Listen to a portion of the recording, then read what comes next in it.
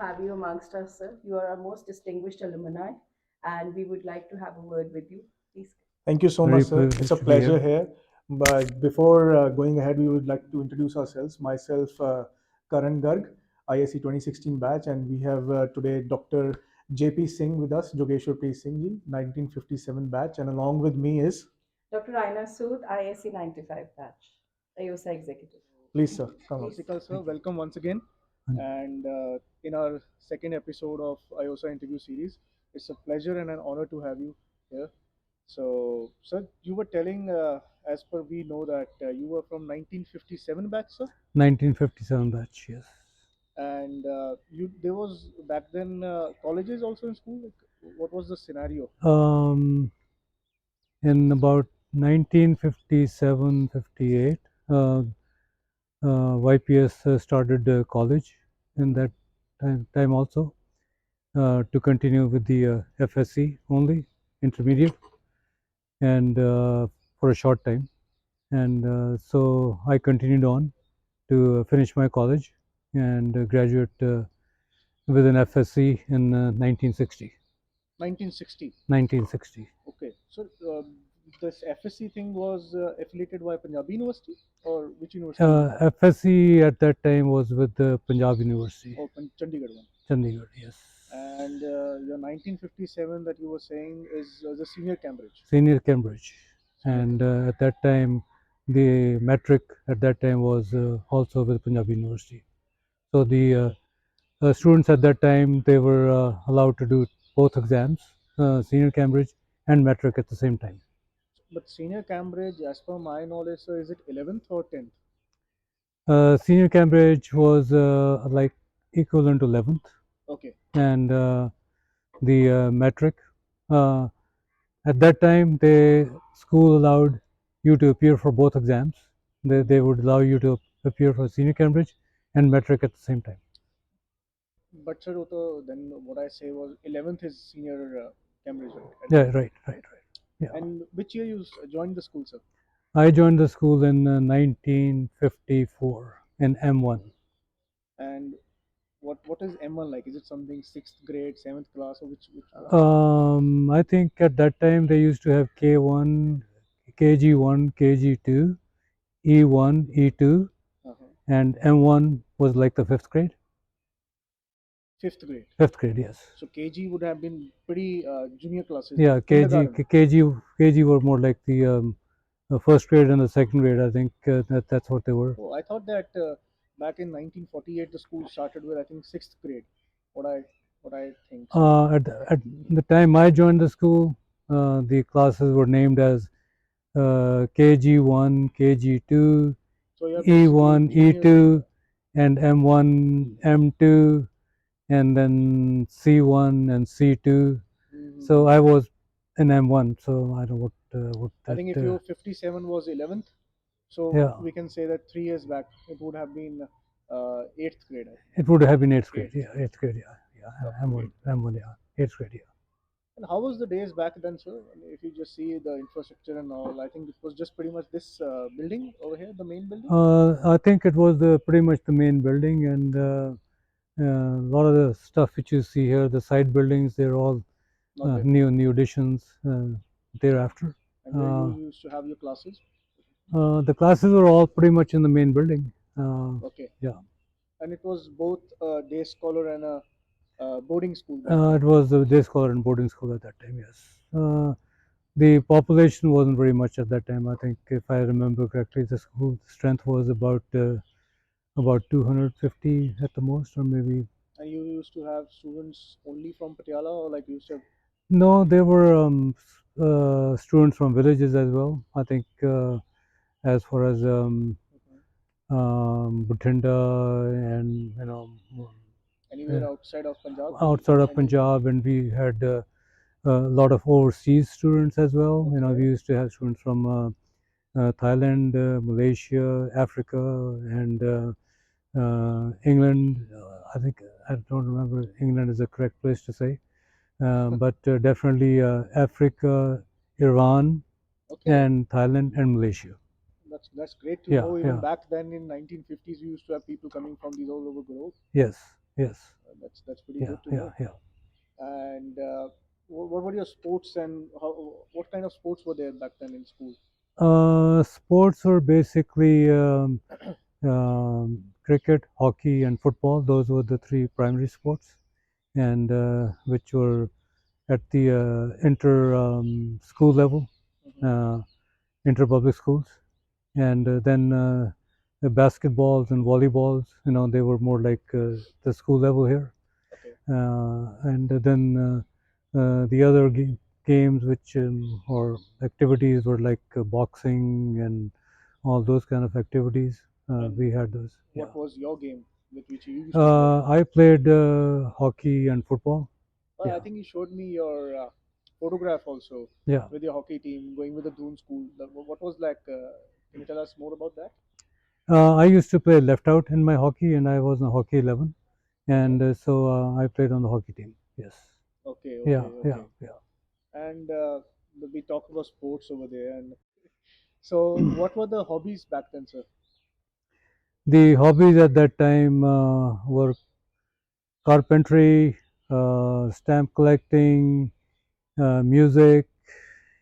Uh, Hmm. I think those were three primary ones I remember. There may be some other ones, which were there. Not sure. Not sure about that. Yeah. So, who was the principal back then, sir, at your time? It was Colonel Goldstein. He was the principal, and Mr. M.K. Nunn was the vice principal at that time. Hmm. And can you let us know, because as far as I know, Colonel Goldstein has the longest tenure as a YPS principal of Yes, 18 years. So, yes, something more about him and yes, he did. I think he was had a pretty well-disciplined school, and he was a pretty multifaceted guy. He wasn't just a principal in name only. I think he liked to participate in a lot of activities okay. with the students. Like to be out on the field and play soccer, play football, soccer, and hockey Uh-huh. with them, and also whatever he could participate Uh-huh. with the kids, he would do that. Uh-huh. So I think that was one way that kids could get to know him a little better, uh, Mhm. rather than just being in the hallways. He was a teacher himself, taught English. Mhm. So I think it was a good interactive person to be working with the students. That's great, sir. That's Yeah, great. yeah. And so, just to know more, as his name sounds too very English, so where was he from? Do you know anything? He was from Germany. He was a German Jewish person, and his brother, forget his first name, but Uh-huh. another Goldstein, he was a principal at Bishop Cotton Simla. Okay. Yeah, so they were So, both because brothers. that's something we also want to know. Where did uh, the chairman back then Yeah, bought him from? yeah. So they're both brothers. One principal of Bishop Cotton, and he was the principal of YPS. That's great Yeah, to know. yeah, yeah. I think that's something I think our viewers would definitely love to know where Sure, exactly our the person was from. sure. And so, tell us something about how was a day like in the back then in school? How used to go for the day-to-day stuff in school? Well, basically, the school started with a bell and for the classes, and we went to the classes, and then there used to be a assembly, and The school song was there back then, sir. huh? The school song was instilled back then. Yes, the school song was there. The Land of assembly. our birth and Yes, we yes. pledge to thee. We pledged allegiance, whatever pledge was. I don't remember it now, but so there used to be assembly in the assembly hall. Which one was it here? Because we used to have it just on the steps of the stadium over No, there. our assembly was in the main hall here, where we Oh, have downstairs, we have the offices of the bursar and all. no upstairs right here. Oh, this is the library It at present. it's a library now, but it was the assembly hall at that time. Oh, is it? Yes, Okay, that's something new. And where was the library then? library was on that side, towards The end of this whole building? not right next to it. the library was next to the assembly hall, This was I think this is now the 12th and right next to it was the teachers' room. Oh, the teachers' room. The staff room was there, Okay. and then there were a couple of classrooms, and beyond the classroom, on that end was the principal's room, Okay. and right at the end was the bursar's room. And what about this side? These were all classrooms on this side. These are all classrooms. Classrooms here and classrooms downstairs. And do we have something about like at present we have the girls' hostel here? The upstairs didn't have, and there were no girls in the hostel at that time. This was a boys' hostel. So this was the boys' hostel. Yeah, this was part of the headmaster's house. At that time, there was no building for the headmaster's house. It was built in later. Headmaster's house and the boarding house. So it was the boarding house for the headmaster's house. It was used to be known as headmaster's house. Okay. I mean that. Okay. Yeah. There was a Mahindra house. And where was it? And Taniram house. And those were. And the headmaster's house came in later. Yes. And originally, when headmaster's house started, there were not too many kids, so they were housed up here, and then they got moved to the building. To the building. Yes, when the building was built. That's good. And do we have anything like the underground offices? Was there anything below, or like that's what was there? There were some underground offices, some labs, and whatever. And down way at the end of the building, downstairs there was the photography lab where we used to go do the photography, processing the film, then developing negatives and positives and all that kind of stuff. So the photography lab was down there at the bottom. Okay. Yeah. Where I think at present is the AYOSA office. No, it's the AYOSA office comes this way. That the photography lab was way at the end when you just enter the building, just by the bathrooms. Oh, okay. Yeah, the restrooms used to be right at the end. Okay. When you come in, and just before that, there was a lab, which was the photography lab. And the dark room. Yeah. So that's something great to know, because I didn't know that assembly used to be here and all the stuff. I think again yeah, good thing to know. Yeah. And what about used to be? You were telling about your days, and then I think obviously the recess happens and all. We in our times used to get some snacks from schools, like a samosa or a patty and a cup of tea or a milk. So what used to be given back then? We used to have the same thing. The person who was the guy who used to ring the bell and serve the tea. His name was Somnath, and we used to call him Soma. I don't know if he was there when you were here or he was retired. But Soma was his person, Somnath. And he was the guy who used to ring the bell and serve the tea, and the tea used to be served right here on the stairs. Yeah, kids used to line up here, and so everybody got the tea. Got the tea. Yeah. So the bell rang and everybody lined up here in the hallway, to get your tea. Yeah. And so when we're talking about this thing, and you were telling me earlier also that you were NCC cadet. Yes. So tell us something more about that. Which NCC wing you were in? And I was in air wing. Okay. Yeah, and most of the time our NCC activities used to be by the ship. The ship which has disappeared now. The INS Patiala. No, the ship which used to be on the campus. That was called INS Patiala, if I believe. Well, maybe it was called INS Patiala. At present there's a swimming pool there. Yeah, the swimming pool was way out there on the other side. At present, the school swimming pool is. Yeah, where the new swimming pool is, that's where the ship used to be. Yeah. And all the three wings, the Army wing, the Navy wing, and the Air Force wing. We had all the three. All three wings used to line up around the ship.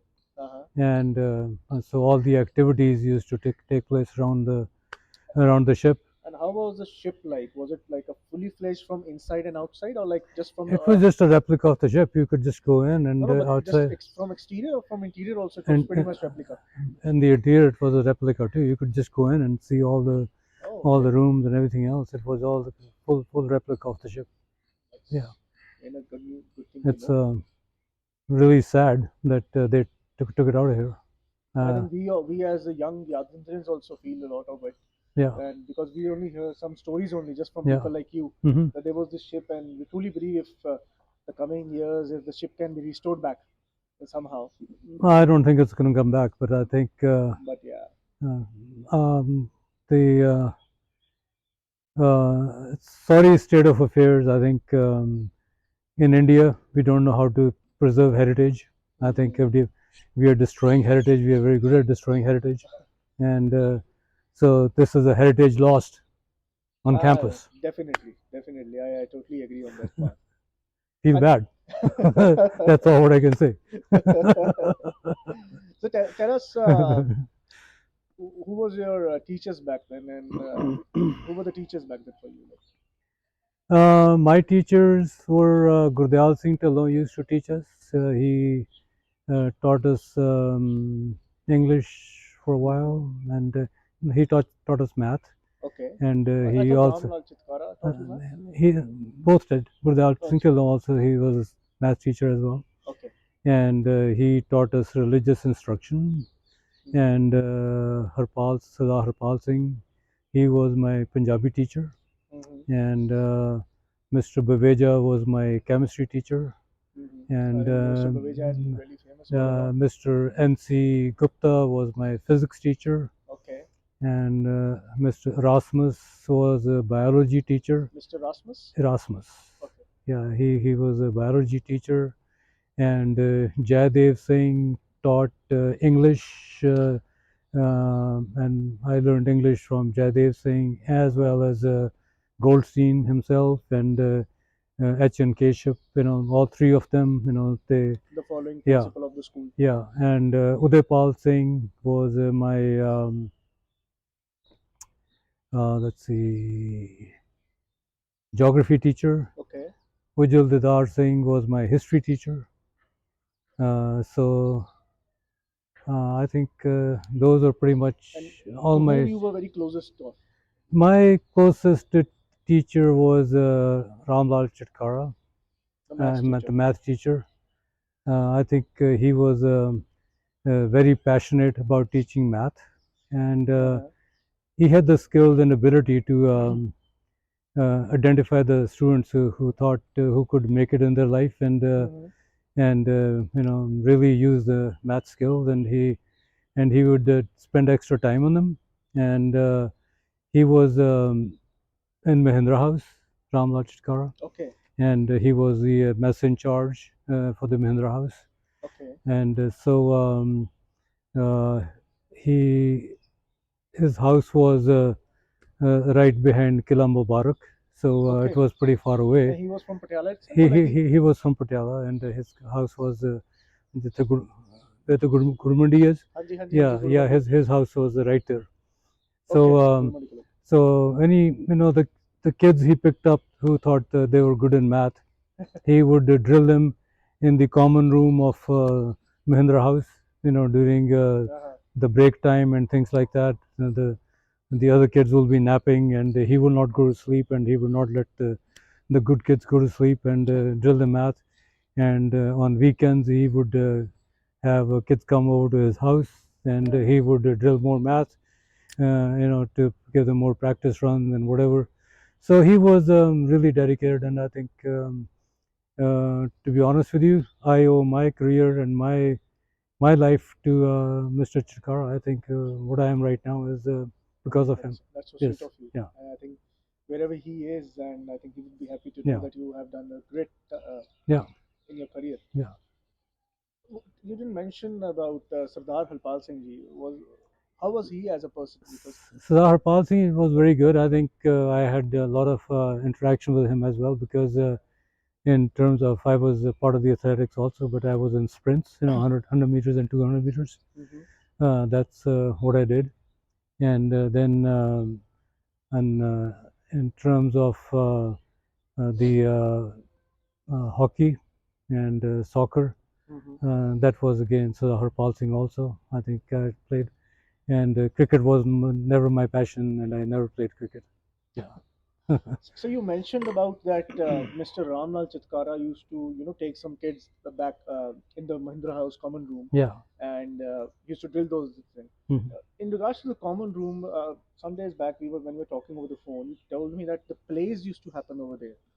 So Was it like annual school plays or the house plays? How was it like?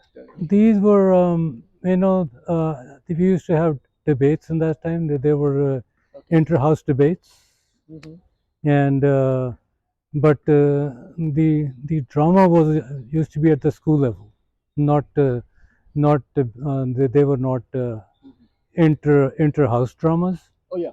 but Yeah, they were at the school level. So annual plays basically. Annual plays, but the debates were inter-house debates. So do you remember like talking about debates or just activity in sports? Any other school which used to come over here and any incident or which you recollect and still look up to? We have had a lot of other schools come here. We had Doon School come here. We had Snower come here. We had Bishop Cotton come here to play. We had a lot of inter-school games here. I think we had those. And how was the association with HSN College back then? They used to also come over here? I think the old Etonians used to come, but not anybody I know from Pakistan who came here to here. But the people at the 1947 at the time of partition, the kids who were going to school in Pakistan at that time, that they moved to YPS, and so there was a lot of people from HN College who moved to YPS, like Colonel Harinder Singh Atari, who has been regularly coming here, and he may be here, I hope so. I had a at word with him. the 75th anniversary as well. Yeah. I hope so. I hope so. Yeah. And so yeah, HSN. I think this was the thing. And how was this? You were a day scholar, not a boarder. But how was this Saturday night movies and all stuff? Was it a culture back then too? Like we used to heard hear this from we just read in the books only. This was the thing happening back then. Saturday nights movies actually started when Headmaster's House came into existence, because Headmaster's House had the biggest common room. Okay. And having the biggest common room, it could accommodate the all the school kids into one room. Okay. So for the movie, it was a projector and stuff. it was a 16 millimeter projector, they used to bring the movie, and Okay. so there used to be a movie there. What kind of movies you used to see back then? Mostly these were English movies. They were not Indian movies. That's for sure. Yeah, they were mostly English movies. Okay. Yeah. Okay. I think that's the thing. And we used to hear also this thing, so that the during the examination of the board, uh, kids used to have the exams in the palace, of His Highness, and they has to have meals also over there. Was it true? Well, when I took my senior Cambridge exam, I took that in the palace as well, and it was nice that His Highness used to come and greet us before we used to start our exam. So that was a treat in those days. I think that's definitely a treat. Yes. So I think you have met him. Yeah. So tell us more about His Highness, if you could tell us. I think we were pretty young kids in those days, but just to have meet him and greet him, that was good enough for us. So how was the meal back then? You were served also. So was it with the proper protocol? We used to see that in the books or in the movies only. Yeah. So how was it like? It was with the proper protocol meals. Yeah. The proper protocol and all that stuff. Yeah. Most of the most that's how it was. Yeah. That's I think again a prestige thing that you only guys have the opportunity to avail. Yeah. I think we didn't had this much opportunity, Mm-hmm. but I think we have this, that our papers are in the school premises only. Mm-hmm. So that's, Most of the debates, most of the dramas, most of the movies, they used to be in Headmaster's House, and the total school population at that time was pretty small, so that they could be accommodated into the large common room. And now the school population is, I think, what is 3,000 or more, maybe more than that. I think 1,500 maybe. maybe. How, So, how many? 1,500? I think 1,500, so roughly Yeah, okay, 1,500. I 1,500. think 100 might be the teachers. Okay. 1,500. So it's 1,600 is very big. So becomes a you 1,600, can accommodate them into common room. That's Yes, why you need yes, a big yes. auditorium. So so I think school has grown. So I think maybe that closeness has disappeared. Yeah. It's not the same closeness. Yeah. In our class is very small. You know, 25 kids. Mhm. Okay, and Yeah, I think today it's like very 25 to 30 is one section. So it's like ninth grade, 4 sections. So 30 would be in the one section. yeah. Well, we had only one section. We never we never Yeah. had four sections. So one kid, Yeah, I think this one section was this good has enough. changed. And Yeah. I would like to ask one more thing before we go on to some next kind of topic. Uh, we used to see that the presidents used to be coming for the chief guest as a on the school academic. So you had the privilege to see or meet any of those? Yeah, they used to come. I think Zakir Hussain came here when I was here, and so we used to have dignitaries come to YPS in those days. Yes. And how often was the His Highness coming to school back in those days? Oh, His Highness used to come all the time, and Rajmata used to come to the YPS. I have a lot of pictures from the old days, and We would love to see them. and they used to come do the prize distribution and play cricket with us, and be out in the track and run and everything else. So it was it was a totally different atmosphere. I think they used to be part of all the events, track events, field events, game That's events. great. Yeah. To see all the royals coming in and Yeah, playing with the students. playing with the students. I Yes. think the students feel a bit, you know, bit confident also because you're meeting with such people Exactly. very often. Exactly. And, I think Exactly. that's what was great, and I think this is what YPS has given to us. Yeah. And in the coming years also, it has still been the same. I would Yeah. say. Yeah. Yeah. The patron and the chairperson coming over and giving a pat to the student, and I think that's the thing. Mm-hmm. So, sir, we would now shift to, like as we saying, the school life we have discussed a lot, but I think now is the time we should shift to what you have achieved after your school career and how was your life after that and thing. And how about we just take a round and go and sit somewhere else and uh, take the remaining interview? Well, I think I want to say a few words about some of the other Yes, sir, teachers definitely. as well. I think I should not Definitely, just sir. leave it to Mr. Chirkara only. I think all the other teachers did make a lot of contribution to my life as well. I think Every teacher makes, every yeah, teacher did. every teacher Mr. makes. Buveja definitely made a dent in teaching me chemistry, Uh-huh. and uh, so did Mr. Gupta teaching me physics. Mhm.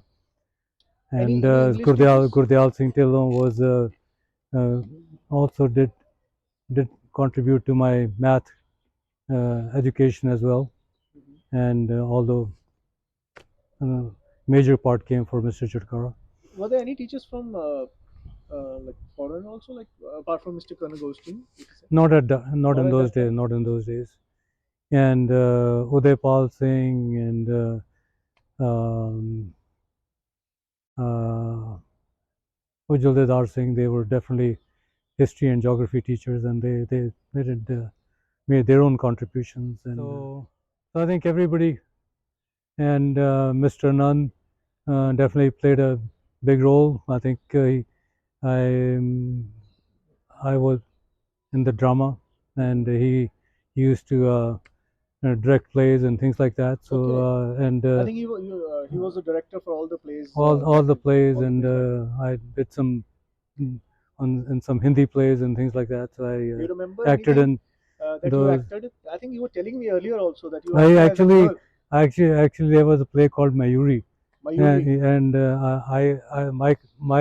I was actually the Mayuri itself. I think because of the turban thing, I think. I had long hair, so didn't have the beard and mustache at that time, so I was dressed up like a girl in the play in that day. So that was a cast given to me by Mr. Anand to be Mayuri in that play. So So did Mayuri that. was a Shakespeare or like No, it was a Hindi play. it was a Hindi play. Okay. Yeah. Okay. So I acted in that play, Then I was in the.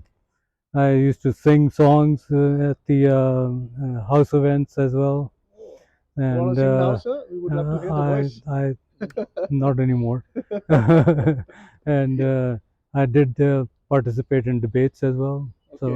So I've done So that. pretty much So an all-rounder. You were. yeah, carpentry and you know Carpentry is, I think, not more I any did more. boxing as well. So did a lot of things. I Yeah, think this school has given a lot. I think, yeah. and a lot of exposure has been given. Just were there any exchange programs also back then? We just There were no exchange no programs, exchange programs back no exchange programs at that time, but did go on many trips. I then. think International trips. no, not just in trips to India. I think there was a trip to Agra Okay. and Delhi, and for In the all holidays type. all the historical monuments and things like that What about trekking? in holidays. There was no trekking in my days, There was no. and then we had a lot of NCC camps which were far away. So I went to Sikandrabad and whatever. Oh. And then we had the trips to Bombay and all those. So So by air was the commute by train, by train. by train. I think those were very good trips. Which the school had to to get No, the I think children exposure. needs to know what kind of Exposure, yeah, yes, yeah, definitely. definitely. Sir. So I think I got a lot of good bases. When I was here. Yeah. That's very great to know. So Yeah. shall we make a move to the next Sure. place, sir? Sure. Yeah. ਹਾਂਜੀ let's- sir. let's make a So move. sir, this is the very new VIP lounge of the auditorium. ਪਹਿਲਾਂ ਤਾਂ sir ਜਿੱਥੇ ਅਸੀਂ ਬੈਠੇ ਆਂ and ਆਪਾਂ school ਦਾ ਆਪਾਂ ਦੇਖ ਕੇ ਆਏ how do you feel this new section ਜਿਹੜਾ ਪਹਿਲਾਂ ਨਹੀਂ ਸੀਗਾ ਤੁਸੀਂ ਆਡੀਟੋਰੀਅਮ ਵੀ ਹੁਣੀ ਦੇਖਿਆ Mm-hmm. It's not changed since I left the school. I think I'm visiting the school after many years, and I find that they have built a lot more buildings and more infrastructure, including a new auditorium, which is really state of the art. and that's really state of the art. Yes. Thank you so much. So sir, how has so as discussed in the stadium before, we would now love to know more about your life after the school and how YPS shaped or helped in making the career or some major decisions in your life that made you something in your life that you are at today. During my days, YPS had changed from being a school to adding the facilities for college as well. So I finished YPS here with a degree in FSC, finishing college here, and I got FSC in non-medical. Okay. And that prepared me to apply for engineering schools, and I was accepted in Thapar Institute. Oh, okay, that's great. And so after leaving the portals at YPS, I joined Thapar and attended Thapar Engineering for 4 years and finished my degree, got my bachelor's degree in civil engineering. Okay. And after completing my civil engineering at Thapar, In what year, sir? Which was this was in 1964. 64. Okay. In 1964 June, I graduated from Thapar, and before I completed my degree, I had already started applying for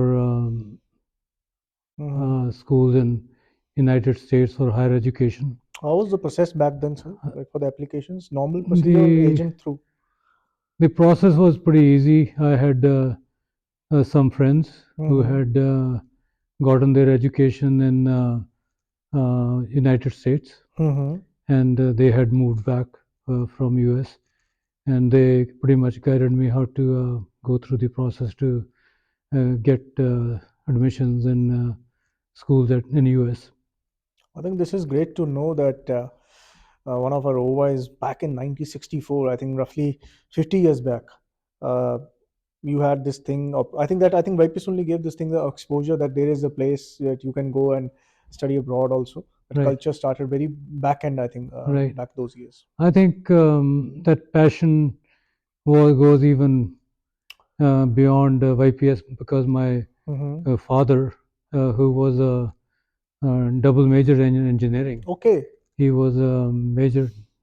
He was he has gotten bachelor's degree in electrical and mechanical engineering from Banaras University Okay. in 1926. That's And after Banaras getting is, that, he was admitted to University of California, Berkeley in oh, 1926. But for some reason, he didn't make it there. But it was still his passion that I should go. no, that's So it was my passion too, and I his, think your father's passion too. it was my father's passion at the same time. So I think I was probably in the second year Uh-huh. when I started my communications with the foreign universities, trying to get all the application forms and whatever. Mm-hmm. And it was about um, in fourth year, first semester, Mm-hmm. that I had started corresponding and just trying to start applying to school, Mm-hmm. and just waiting to get the degree so that I could send them the degree that I'm finished.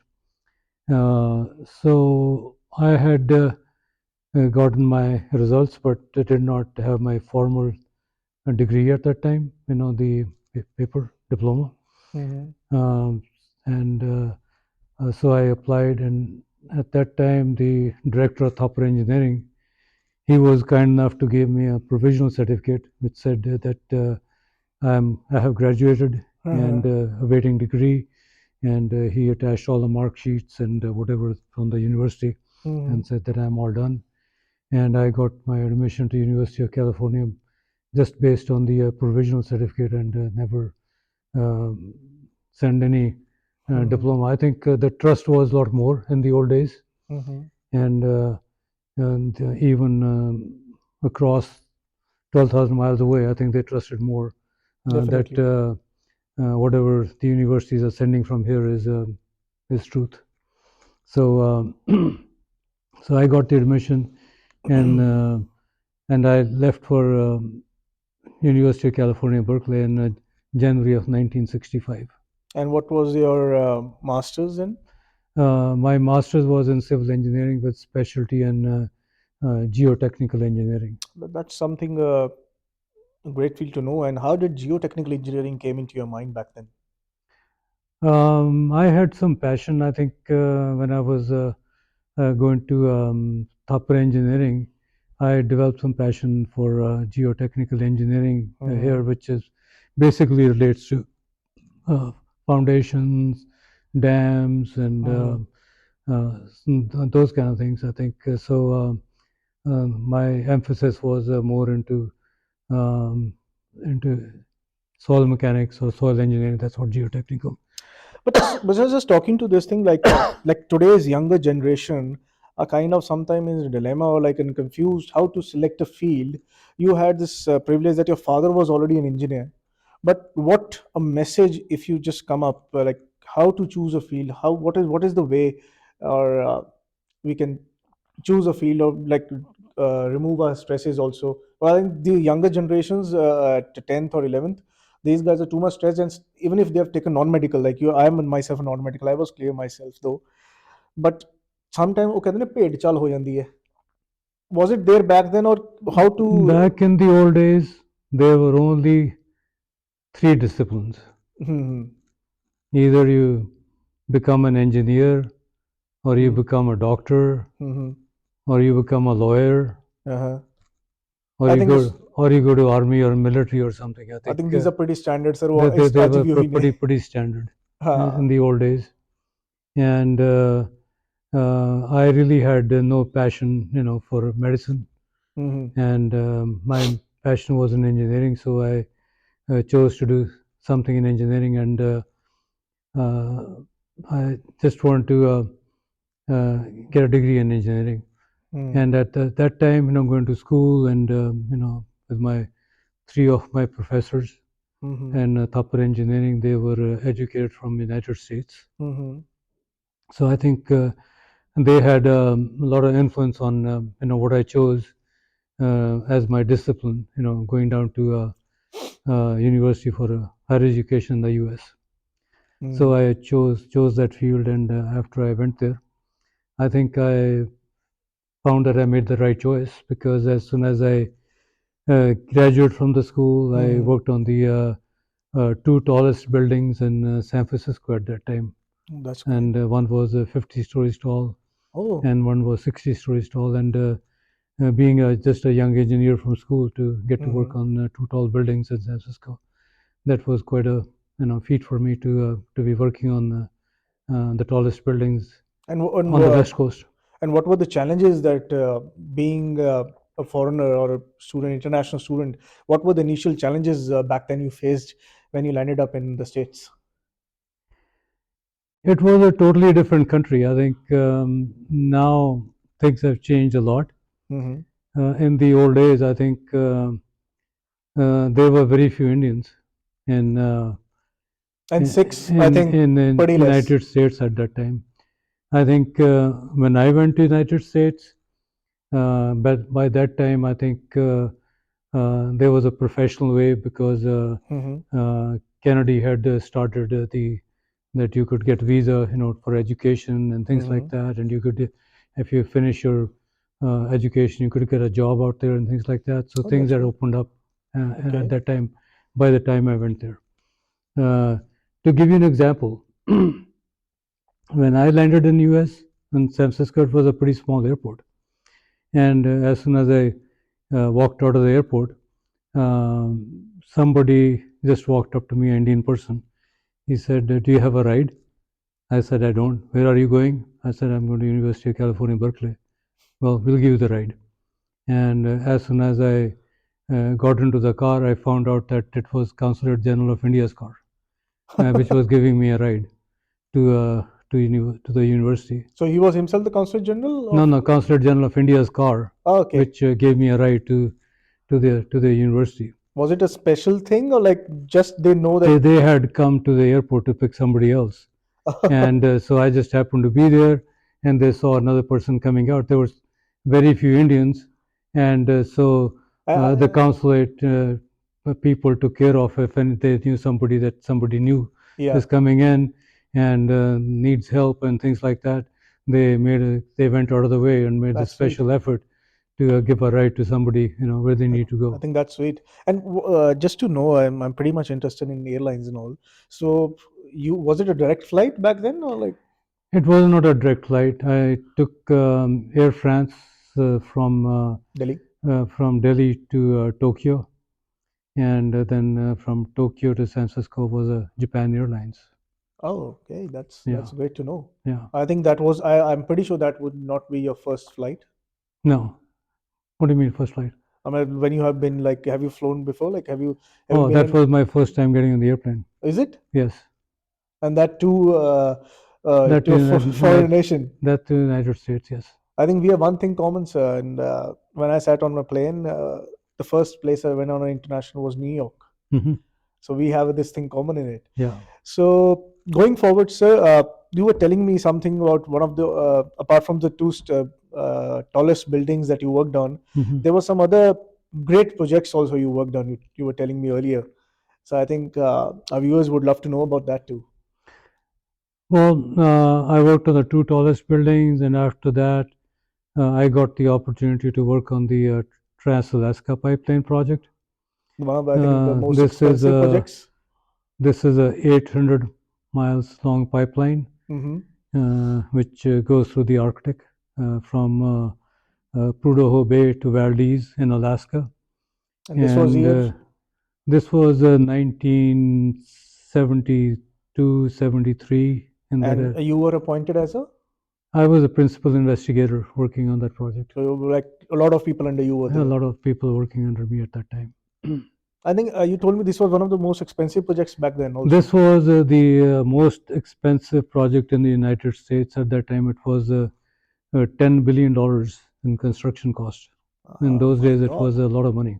My God, $10 billion. I think in today's term, it would be, I don't know, a lot of money. It'll be a lot more than that. Lot more than that.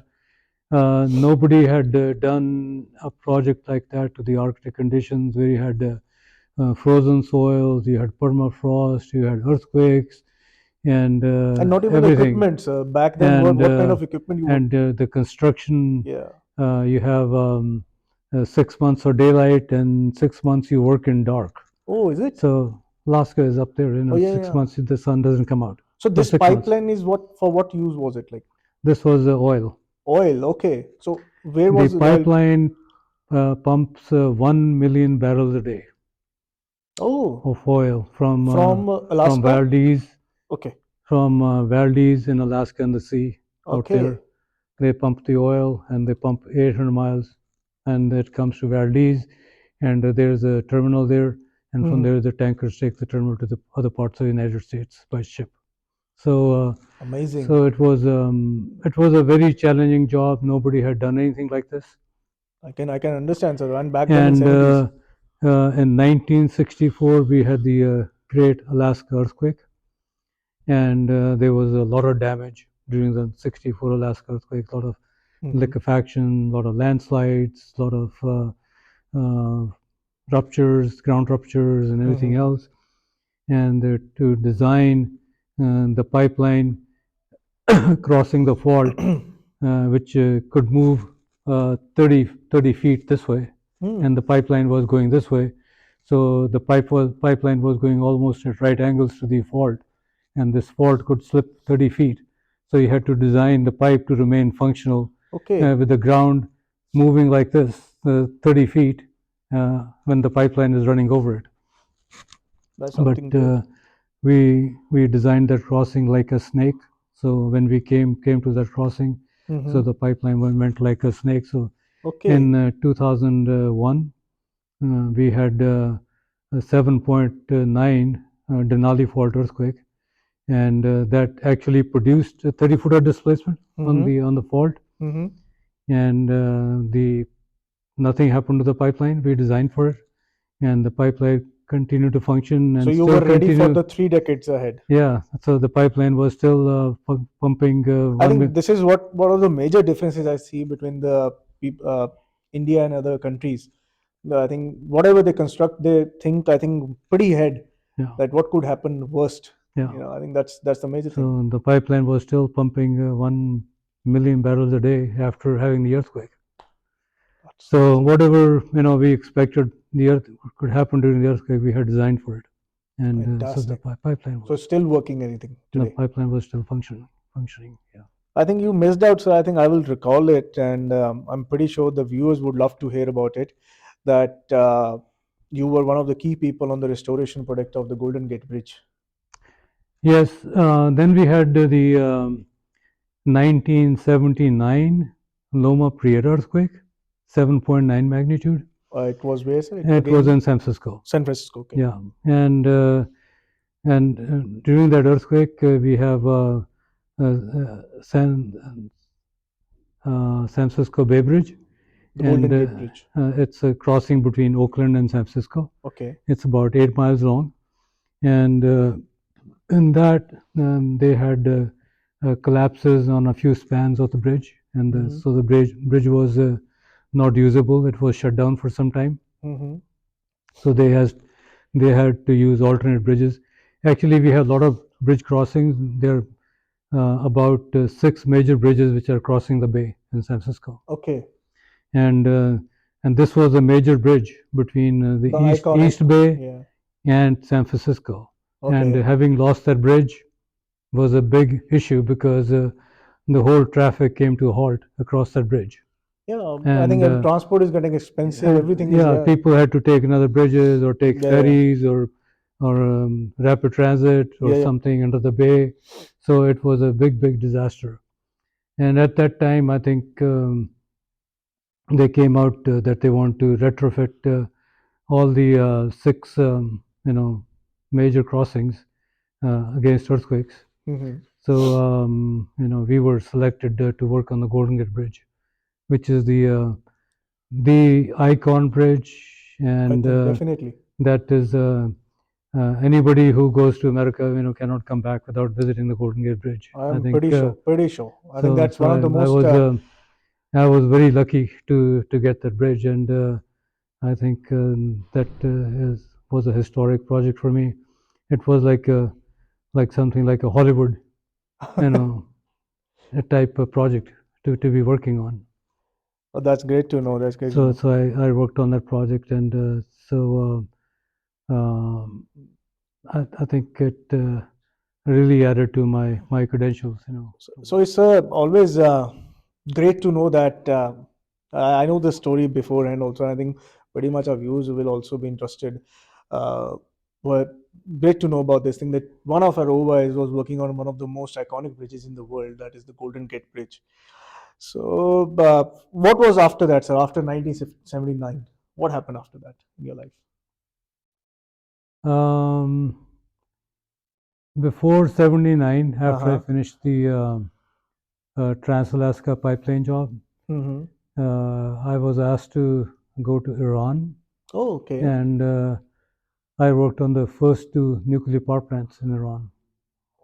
And this is before the revolution in Then you're a Iran, book of surprises, sir. before the Shah was thrown out of Iran. Uh-huh. But when I worked there was in 1975, 76. The Shah was still in power, Uh-huh. and it was quite a privilege to be working on the first two nuclear power plants in that country. I'm pretty sure, and I think you are privileged. I think we are getting. I think I'm pretty sure getting some goosebumps to know that you have been working on such a great iconic projects, and it feels an honor for me to know you and that stuff. And at present, so what are you doing? And like after that in '79, how has been your life, and what all changes you have seen? And I think challenges that the younger generation would. A message that you feel that a younger generation definitely need to know. After I finished my project on the two power plants in Iran, the person who came to review my project from San Francisco, Mm-hmm. he said, "We're going to offer you two things. Uh-huh. That he has done such a great job working on these two projects that either you go back and we'll make you a partner in the company, Oh. or we will give you a paid sabbatical and you can go get your PhD at Berkeley." And they said, everybody thinks that I have a PhD, and it'll be nice that you actually go back to school and really get a PhD. So I asked my wife, I said, well, what should I do?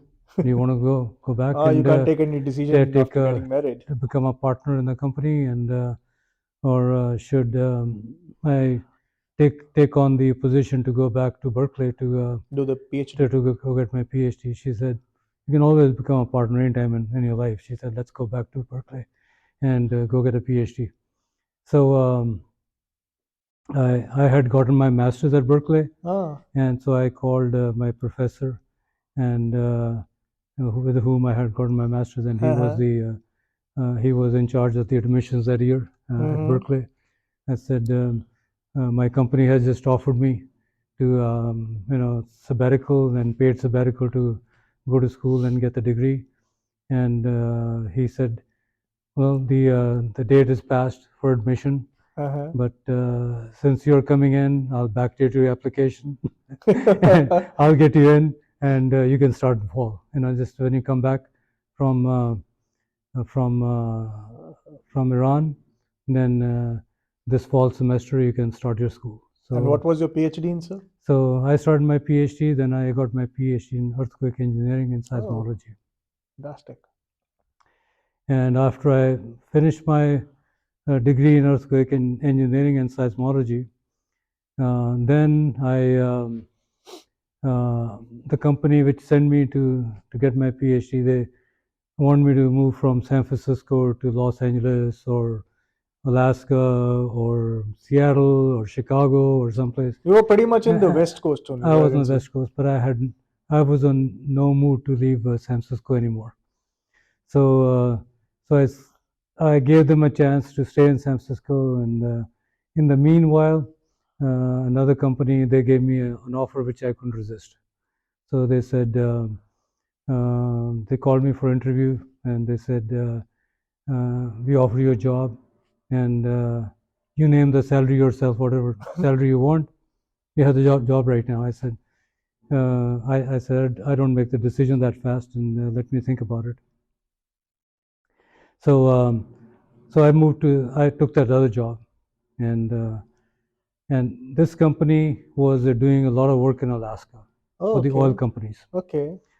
So then, when I worked with these companies, I that time spent almost about 7 years, pretty much working on projects up in Alaska again, and these were for the 19 major oil companies. So even if you were not willing to go out of San Francisco, you had to go. I didn't go. I did all my work from San Francisco, Oh, but I okay. was doing all my work in Alaska.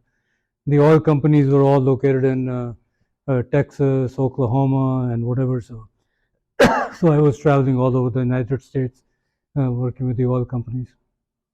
So I worked with them, and then I got into very much involved with the Earthquake Engineering Research Institute Oh. and Structural Engineers Association of California, with many local code committees, national code committees, national code committees, international code committees, and so I was pretty much into the. Then I became chairman of learning from earthquakes committees, and my charge was wherever the earthquake was and things like that. In the world? In the world, I had to mobilize a team to go to those countries, and I chased many earthquakes throughout the So world. was this and under UN or what? Because if you're just talking about the whole world, it seems to be something well, pretty much under some kind of. Earthquake Engineering Research Institute, which is the organization Okay. that has a program called Learning from Earthquakes. Okay. And our funding came from National Science Foundation, which is a U.S. and a U.S. Geological Survey, National Foundation, and the United States government funded all that stuff Okay. to study all those things. So, so we used to send teams and look into the lab and learn, how the buildings behaved and how they fell down and things like that. So we learned. Those are big labs for us, and we learn from those earthquakes and come back and then we rewrite the codes. And if we want to do some more research, if something has gone wrong, and we need to study why that thing went wrong and things like that. So we study all those things and then change the codes. And I was writing the codes and all that kind of stuff. So code by you mean like proper computer codes? No, these are building codes. What's a building codes? Okay. These can be for buildings. They can be codes for bridges, and they can be for pipelines, for offshore structures. They can be for any kind of structures you have. You write codes for dams. So how do you do the seismic design? So I was pretty heavily involved in that stuff. And then when I left that company to start my own company, and when I started my own company, at that time we had this earthquake, Loma Prieta earthquake. And what was the name of your company, sir? It was called Harding Lawson Associates. So is it still there? They were sold to somebody else. They were bought out by somebody else. So when I left that company, I started my own company, and since I was working on a lot of earthquake engineering stuff and things like that, so somebody, another big company invited me. I was a pretty small company at that time. Invited me that they wanted me to be part of their team to be on the Golden Gate Bridge. And so basically, your company, you wasn't collaborated with the team. I was part of the big company, and but when I went to the interview with that big company, and I was the last one on the interview, giving my talk, my show, dog and pony show, to the presentation. And after I finished my talk, all the interview was over, and the chief bridge engineer walked up to me. He said, "We do the retrofit for the wind. You convinced me that this bridge needs to be retrofitted seismically." So a few days later, there were many teams, and with the big companies in my discipline on the other teams, much bigger companies than my company. Mine company was about only 7 or 8 people at that time, and the other companies which were on other teams were like 500 people companies or 1,000 people companies. And the big company on which team I was, just because of me, they got the job. I was a very small company. So after that, So when you stopped working, so what was the time basically? You thought that this is now done and now it's time for me to relax. Then I worked for this company, and then another company. With my company, we did some very icon projects for about 7 years. I had my company for 7 years. Okay. And then somebody came in and made an offer that we want to buy you out, bigger company. So I was bought out again. And after I was bought out by another company, I stayed with them for 2 years. And after having been a boss by yourself, it's very hard to go work for somebody else. Yes, I can understand And that. the culture was different. Yep. So then I said goodbye. So I left them and then started my company again. And So the third time. Yeah. So then, and I still have that company even now. Oh, when was it started? I started that in 1996. And what is the name? JP Singh and Associates. Oh, so after my name, finally. After I think, my own sir, name, I said. I think you were just not missing to get your name on the company. Yeah, so I started my own company, and so I still have it even today. So those again deal with these stuffs? I still work pretty much with the earthquake engineering projects worldwide. And how many people do you have under you? Like right now, I'm just by myself, solo. Oh, I don't have anybody working for me. So this is a sole proprietorship, basically. Yeah. So I decided not to have anybody, and I think I have a lot of clientele, and right so now. So you do a contract-based employment when you need it, basically. I can say that. I have a lot of people. They just call me because right now I don't go seek work and I don't do projects really. I do more peer reviews. Oh. So right now they use my brain, if they're doing the work right or not. So they ask me to come as a reviewer on these large projects and add value to those projects. Definitely. If they're doing right or they're doing wrong. And have you done recently anyone? Like recently, I just finished a project in Los Angeles, which was, I think they were harassing one of the contractors on something, so I just helped them out. I think that's great to know. And with this your age, you're still working and getting yourself upgraded with time. Yeah. I think that's good to know. So, sir, before ending up and summing up, would you like to give a message to the young Yadavindrians? What should they know before coming out of the portals of the YPS? Anything which you feel like to share, or like your past, I think 70 years of your life, most probably. Yeah. Well, first of all, I think a lot of people go for grades and things like that. Yeah. That you have to have real good grades, 4.0s, 4.5s, and whatever and things like that. And that they think those are the kids. They are the only ones who succeed in life. And my opinion, having been in practice for so long, is very different. And I feel sometimes average education kids can be more successful in life than very intelligent kids. I think the reason what I think is because the average student will do other things also, like he'll play, he'll do some extracurricular, whereas the intelligent kid will just be remaining in the terms of academics only. What I think you need to be street smart at the same time. Yes. And the kids who are more academic oriented, they are not street smart. And they just turn out to be the employees. Yeah, and they're sometimes a little hard to work with people. Yep. And because they get stuck up in their own ways, and rule books. They carry something with them that there's nobody better than them. and somebody tells them they have done something wrong, they're hard to admit their mistakes, that they can make a mistake. Yeah.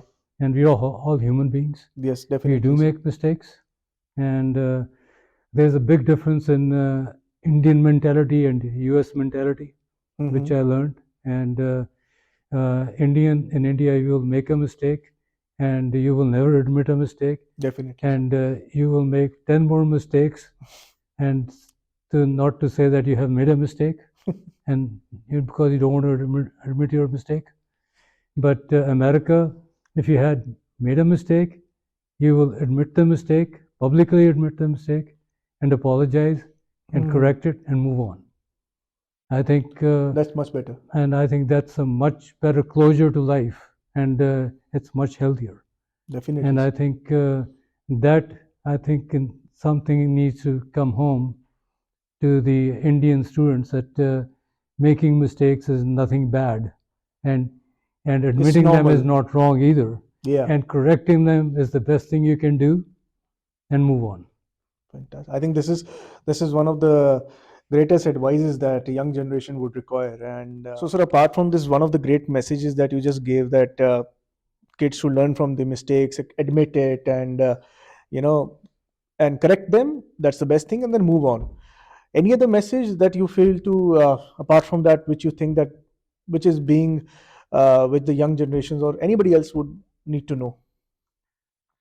Well, I think this is the message which I want to give is something I have learned having lived in the United States for so many years, since 1965, is that out there the parents let their kids pretty much follow their passions.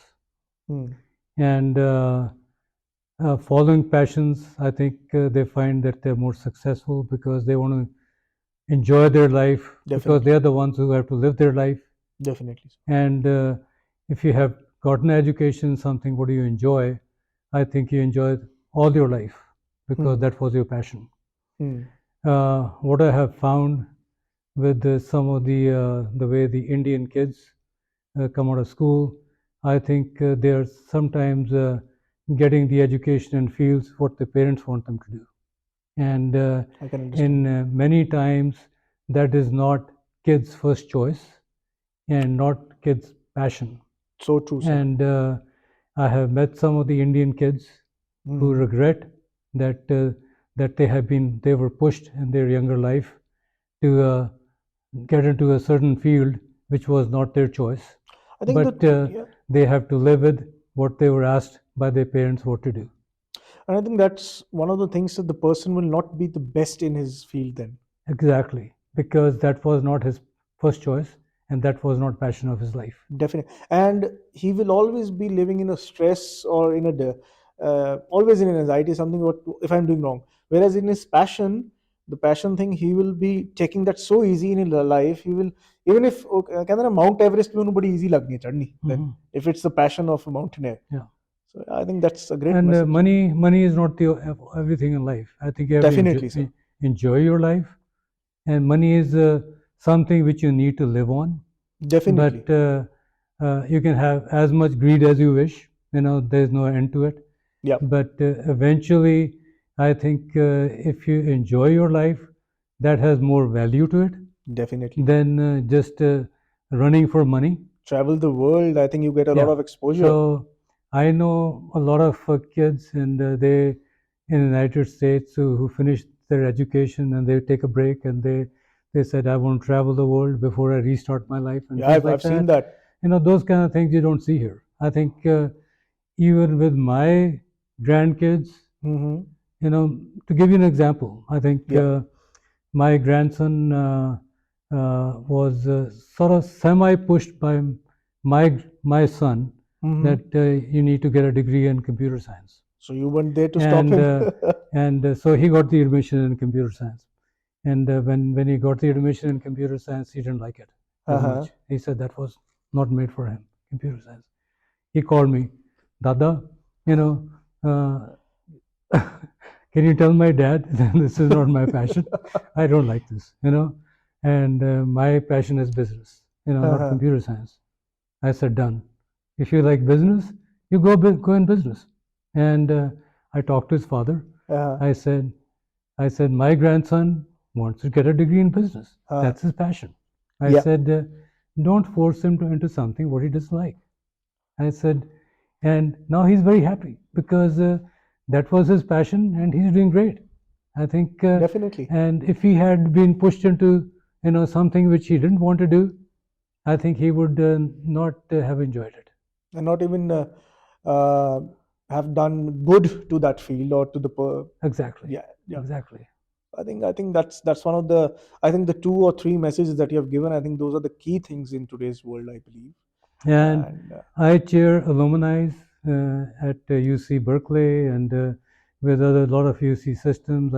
I love to work with the students, a lot from our community, and so I like to work with the younger age, and so I think that's good, sir, so that you also get updated. I get updated. That generation gap is and finished. They bounce off me, how they should do things and Yep. how they should go into different fields and how I can help them getting admissions into different schools and things like that, and how I can talk to their parents to get their mindset right, that your kids want to go in this direction. Yep. Don't focus them into this because they will not enjoy their life the rest of their life.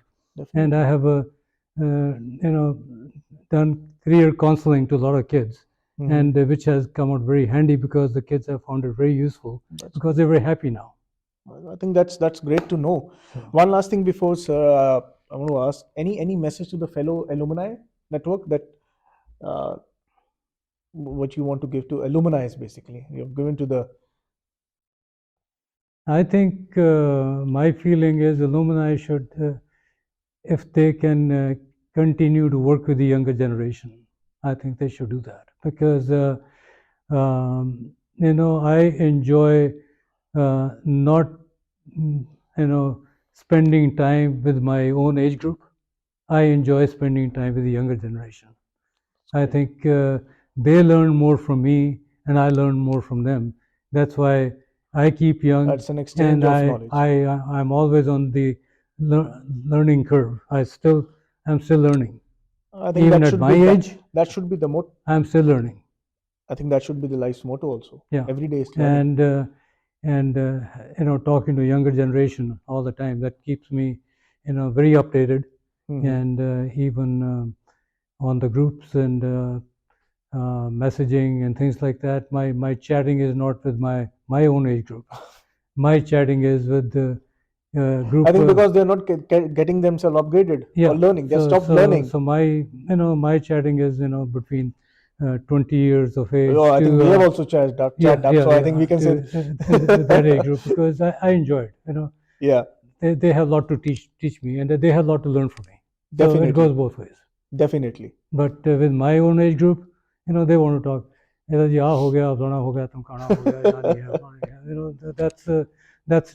the usual thing. That doesn't excite me. That doesn't excite you. Yeah.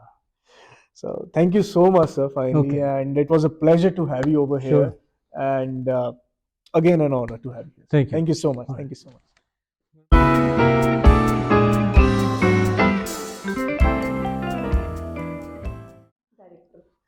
One, Action. 2, 3.